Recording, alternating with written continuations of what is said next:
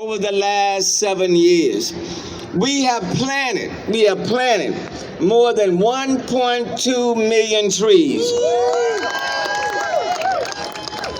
As a part of our targeted goal of 4.6 million trees before 2030. How did we get to that number?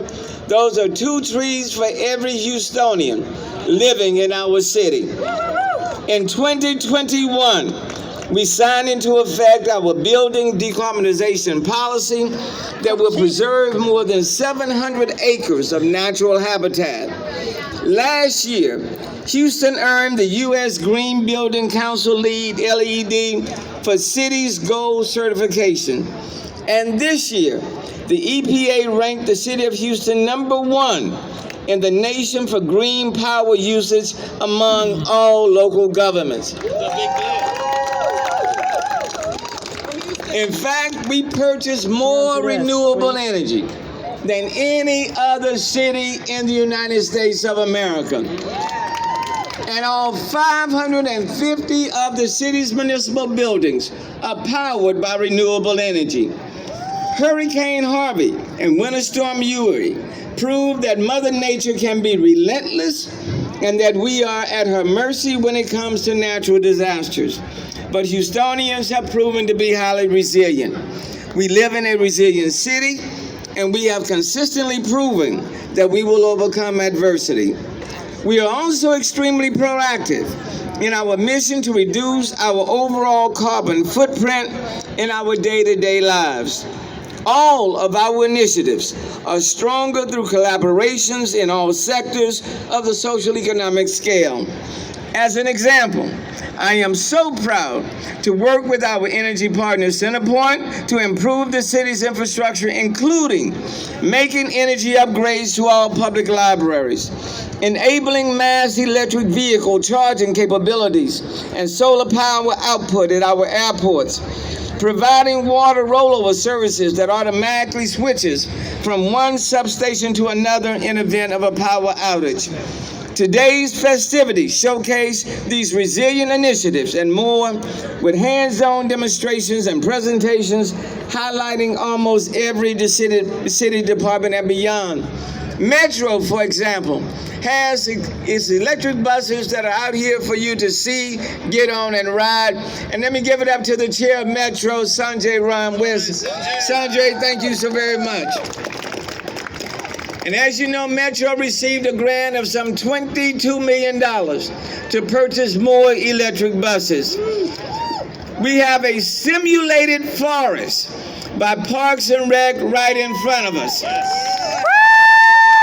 That simulated park is here to stay. Advances in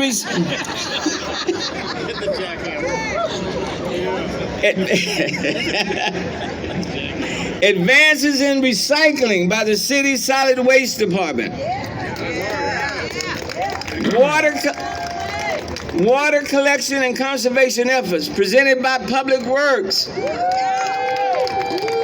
A tiny house by Planning and Development. And even an electric vehicle ride and drive put together by the city's administration and regulatory affairs department. And the ride and drive is part of our partnership with Evolve Houston. We want to thank them and some of our other partners that helped make today possible. We couldn't do this without our anchor sponsors, Houston's Downtown Management District. I also want to thank our friends at Coca-Cola, Southwest Beverage, Metro, CenterPoint, and Hertz. Your partnership and participation is a vital component of the work that our departments are doing in today's event. And now I want to bring up our very special guest for Earth Day Houston 2023.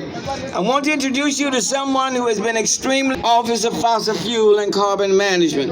Please give a good, strong, healthy Houston welcome to Mr. Brad Crabtree, Secretary.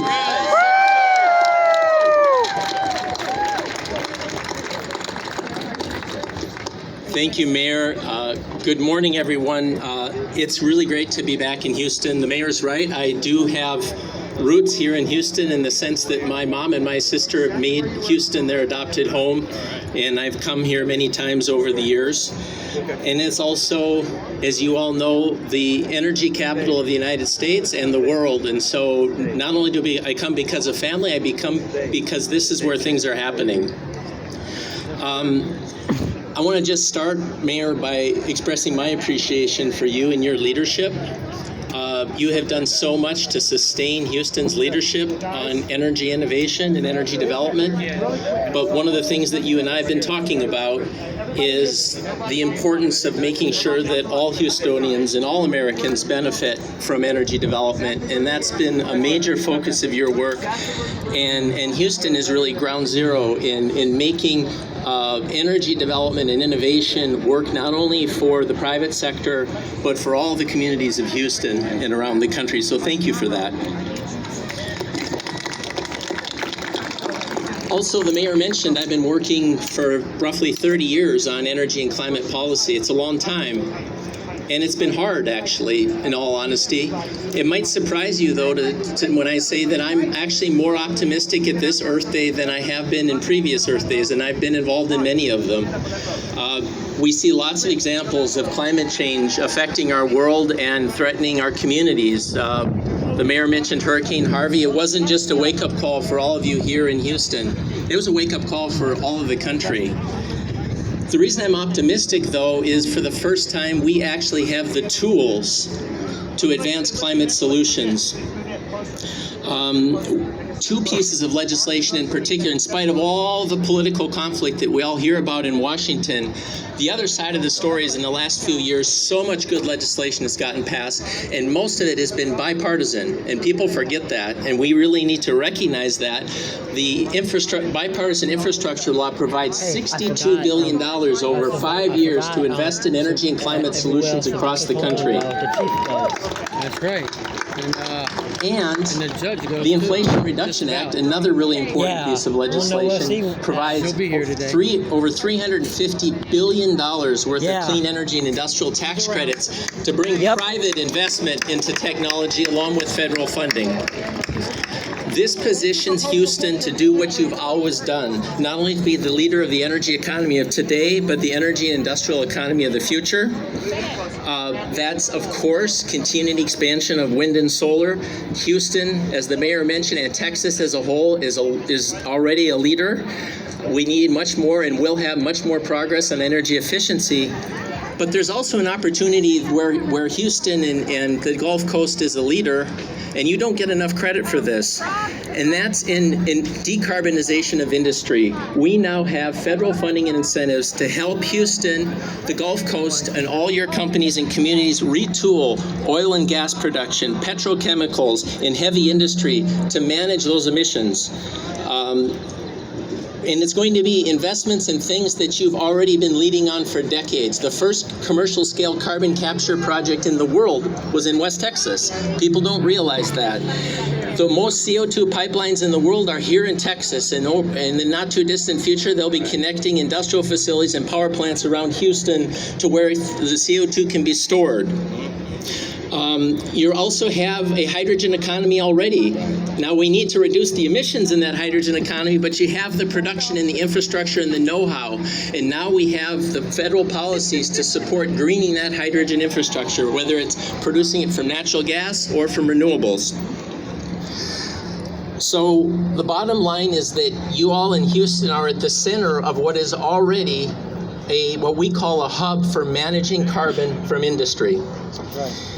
And so as we look ahead, you're also advancing new technologies. Occidental Petroleum is headquartered here in Houston. Right. They are building right now a commercial scale direct air capture project.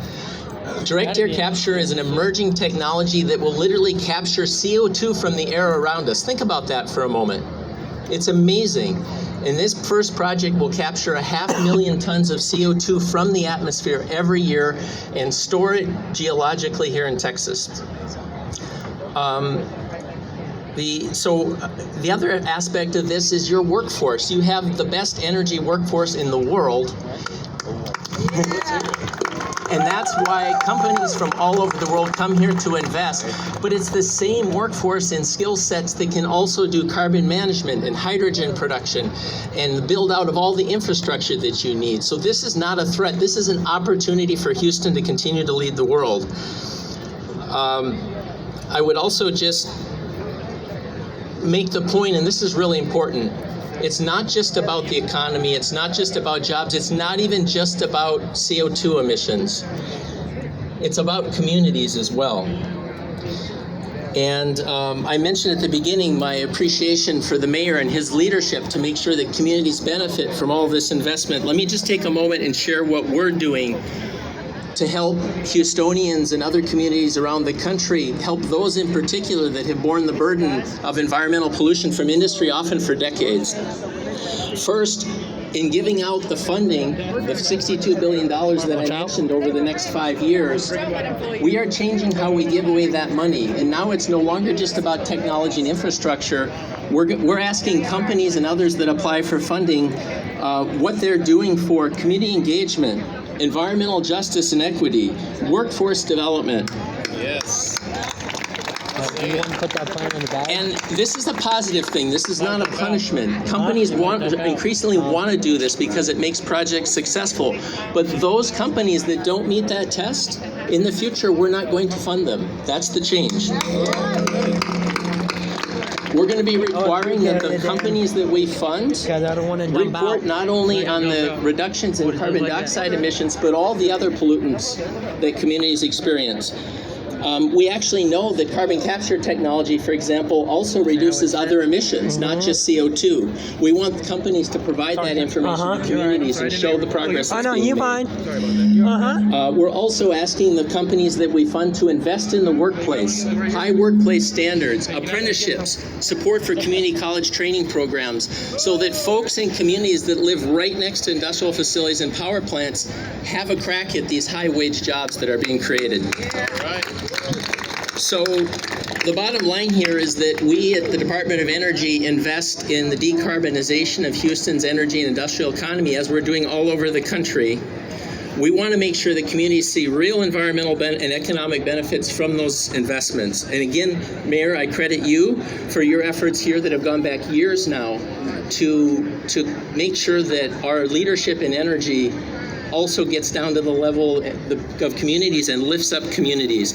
And my final point here is that we need Houston to lead. You're already leading, but we need to continue to lead because the science shows that all these technologies, wind, solar, energy efficiency, carbon management, hydrogen, we have to have all of them if we're to meet our climate goals.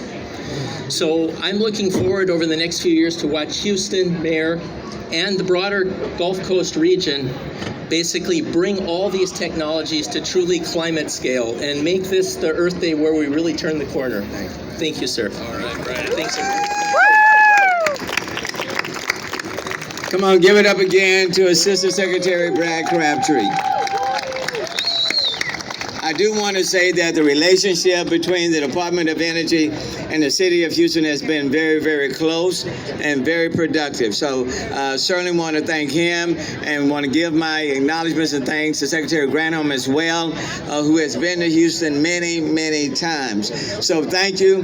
I do want to acknowledge the White House and the Biden-Harris administration, because as the Secretary indicated, the bipartisan infrastructure bill, the Inflation Reduction Act, those bills have provided transformational funding. And the City of Houston has already benefited quite a bit from those two bills alone. So please give it up to them one more time. All right. And then I cannot say enough about my appreciation to all of you for being here, for all of the departments. I do have to give it up to two of these persons, these two women who kind of led the charge, and that is Director Tina Pius and Special Events. And Special Events, Susan Christian. Why don't y'all come on up here? And if you all are going and walk right down there, give it up to Tina Pius and Susan Christian.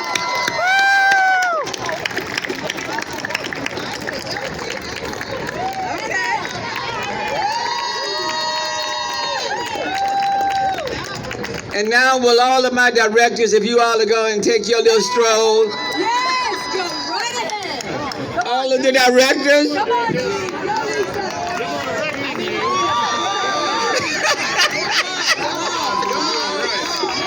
Let me see you walk. Please don't fall. Please give it up to all these directors.